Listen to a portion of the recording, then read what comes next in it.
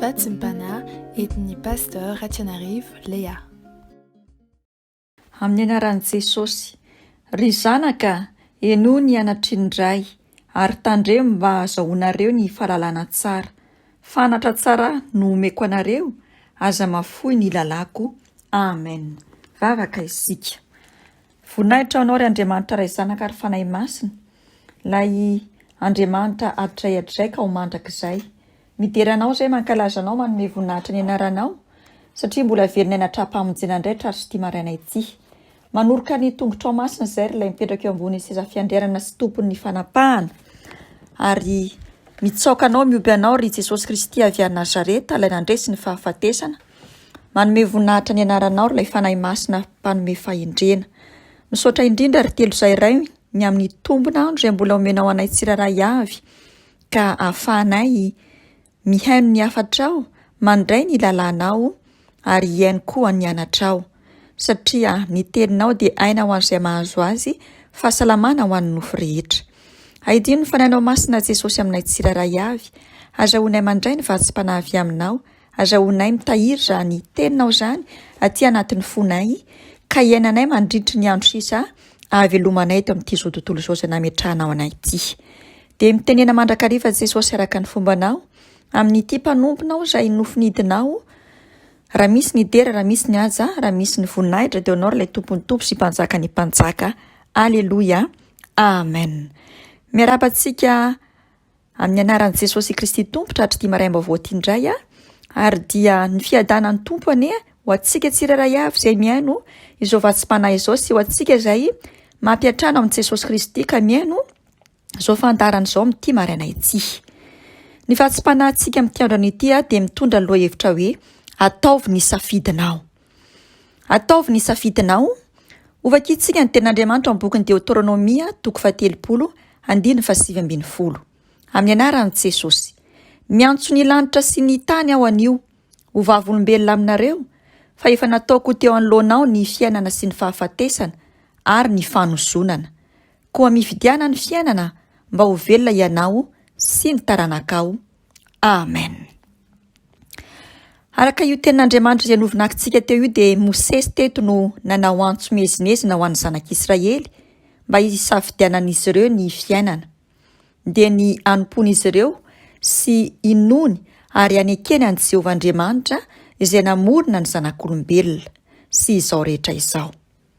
Fantatsika mazava tsara fa ny tantara fa ireto zanaka Israely reto dia nanompo sampy, nanana Andriamanitra maro samihafa, toy ny sarivongana, vato amakazo, dia koa ny fahefana ny voninahitra, ny vola mankarena sy ny zavatra maro samihafa. Niaina tao anatin'ny fahavetavetana sy ny fitsangatsangana maro samihafa koa izy ireo, na ara-panahy izany na ara-batana. Nampatsiahivo Mosesy tamin'ireto zanak'Israely reto mazava tsara ny sitrapon'Andriamanitra ray sy ny fepetra rehetra momba ny fanekena izay nataon'Andriamanitra tamin'izy ireo. Tsy afaka nilaza fa ho tsy nahafantatra ny votoatin'izy ireo, na koa hoe sarotakarona ilay fanekena izay nataon'ny Jehovah Andriamanitra sy ny sitrapony. Ny zavatra nitakian'i Jehovah Andriamanitra dia ny fameheza tenan'izy ireo hitandro ny fitsipika izay napetraka Andriamanitra. Izany zavatra takian'Andriamanitra izany dia ny fandraisana safidy sy tsotra, ka izay iray aleny na fiainana sy fanambinana na fahafatesana sy fahapotehana. Hitantsika izany eo amin'ny bokin'ny Deutéronomia 3:1-12 ka hatramin'ny 4:12. Mamporisika ny olona hisafidy ny lalàn'ny fitiavana an'Andriamanitra izay mitondra amin'ny fiainana Mosesy eto, sady mampafantatra azy ireo fa ny tompo no fiainanareo. Voasoratra izany eo amin'ny bokin'ny Deutéronomia 3:7-12 ka hatramin'ny 20. Anio ara dia tonga amintsika tsiraray avy ny antso farany, manoloana ny vahoaka eran'izao tontolo izao, indrindra izao sy anao milaza fa mpanaradia an'i Jesosy Kristy avy a Nazareta. Ny andraisako sy andraisanao fanapahan-kevitra mazava tsara manoloana ny faneken'ny Jehovah Andriamanitra. Manakoako ao atsofin'ny kristianina tsirairay ny antsony satria natsoina ho tia sy anaiky ary akatoa ilay nanambara ny tena no lalana sy fahamarinana ary fiainana. Araka amin'ny voasoratra no filazantsara ny Ziona 4:12 mifako toy izao amin'ny anaran'i Jesosy manao hoe izao lalana sy fahamarinana ary fiainana.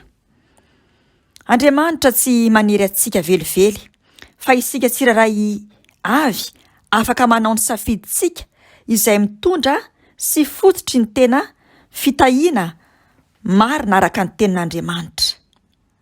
Ampiasao, ataovy ny safidinao ary amarino. Ampisehoa fa an Jesosy Kristy ny safidy izay nataonao ka hitondranao any amin'ny fiainana izay loharan'ny fiadanana. Ataovy entitra sy matotra, tsy miovaova izany safidy izany, ka ahitanao ny valiteny izy sy marina noho ny safidy tamperitreretana fa tsy tamin'ny fihetseham-po mandalo sy miovaova araka ny toetrandro na ny toe-javatra. Ny fisafidianana anara-diso hanao ny sitrapon'i Jesosy Kristy dia olona tena tonga saina marina isika rehefa manao izany safidy izany. Safidy tsy mora kanefa kosa tena tsara, meilleur ozy ny fiteny baiko. Ny kristianina dia olona afaka misafidy, peut choisir, fa tsy terena na hiarana, non subir.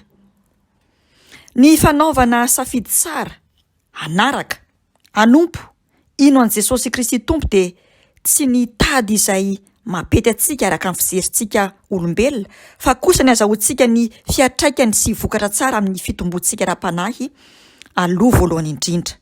Izany hoe misafidy ny anao ny sitrapon'Andriamanitra ray zanaka ary fanahy masina, manaiky ny ho ateraka indray, misafidy anana toe-po feno fitiavana tahaka ny Jesosy Kristy, misafidy ny ame ela eloka sy amindra fo, misafidy ny anana fanahy sy fo mahazaka amin'ny zavatra maro samihafa izay miseho na amin'ny lafiny inona izany na inona, misafidy ny anana faharetana amin'ny zavatra rehetra.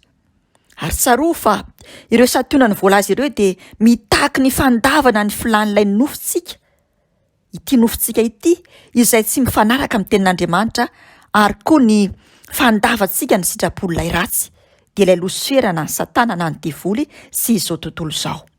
Nefa kosa tsarovy fa ny fanatanterantsika izany dia mitondra sy mandrotsaka loharanom-pitahiana izay tsy takatry ny saintsika, mihoatra amin'izay andrasantsika ary ilay loharano mpiadanana.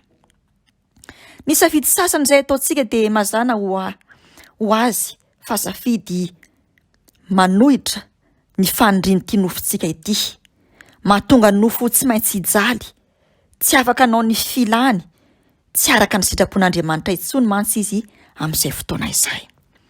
Nefa miara-manaiky sika fa izany fijaliana izany dia mitondra antsika amin'ny fahataterahan'ny tenin'i Jesosy Kristy sy ny fanindriny araka an'Andriamanitra.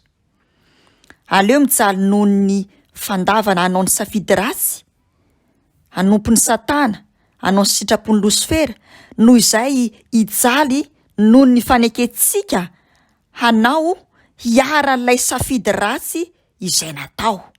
Afaka fotoana vitsivitsy ary fahaverezana rahatra izay. Aza mijery na mijanona amin'ny safidy izay nataonao propremondi fa eritrereto sy mpanjino, saintsaino, sahady ny fiatraikany, les impacts. Ilay safidy no tanterahana eo amin'ny fiainanao, eo amin'ny ankonanao, eo amin'ny tokantranonao sy ny sisa, ary ny fijoroanao vavolombelona ho an'i Jesosy Kristy. Tsarovy ary fa raha manao ny safidy ratsy ho any amin'ny fahaverezana sy ny fahafatesana isika, dia anio no segondra, minitra, ora, andro, fotoana mbola afaka andraisanao fanapahan-kevitra ny safidiananao ilay tena fiainana. Vonina Jehovah Andriamanitra amin'ny alalan'i Jesosy Kristy hanampy anao amin'ny hisafidiananao ny lalana miaraka amin'ny feno sy tanteraka. Vonin'izy anadio, anavao, anasa, anangana, anao olom-baovao indray mba hanananao ny tena fiainana. Mpamindra fo sy mpamela heloko izy, izay no natongavany.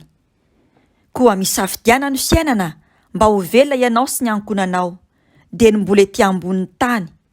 Vonin'izy hanome ny fiadanam-po anaty, izay tsy azon'izao tontolo izao raisina satria tsy hitany na fantany.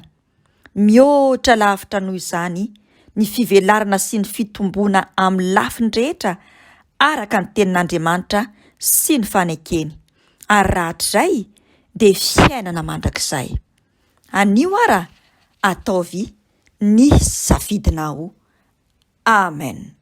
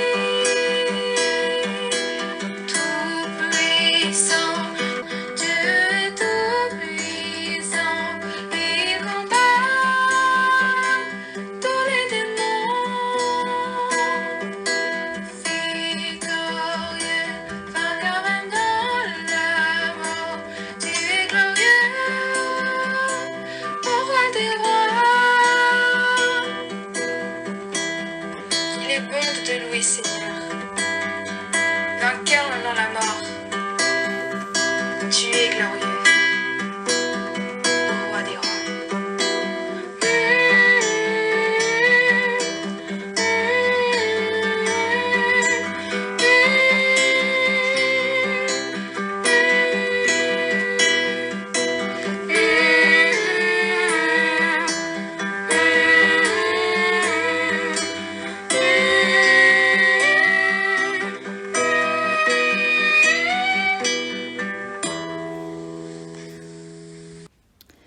Jesosy malalo, anio izay Jesosy dia hisafidy anao satria fantatray fa ianao ny mpanjaka, ianao ny tompon'ny tompo.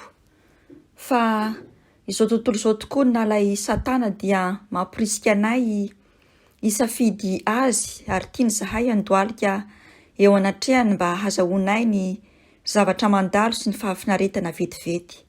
Misaotra anao Jesosy noho ny amin'ny teninao ary dia mangataka aminao izay Jesosy mamindrafo aminay mamelany elokay satria tsy tanteraka zahay. Hampianaro izay Jesosy hisafidy anao mandrakariva amin'ny isa-tsegondranay amin'ny zavatra rehetra izay tanterahanay mba hahafaly anao Andriamanitra ray.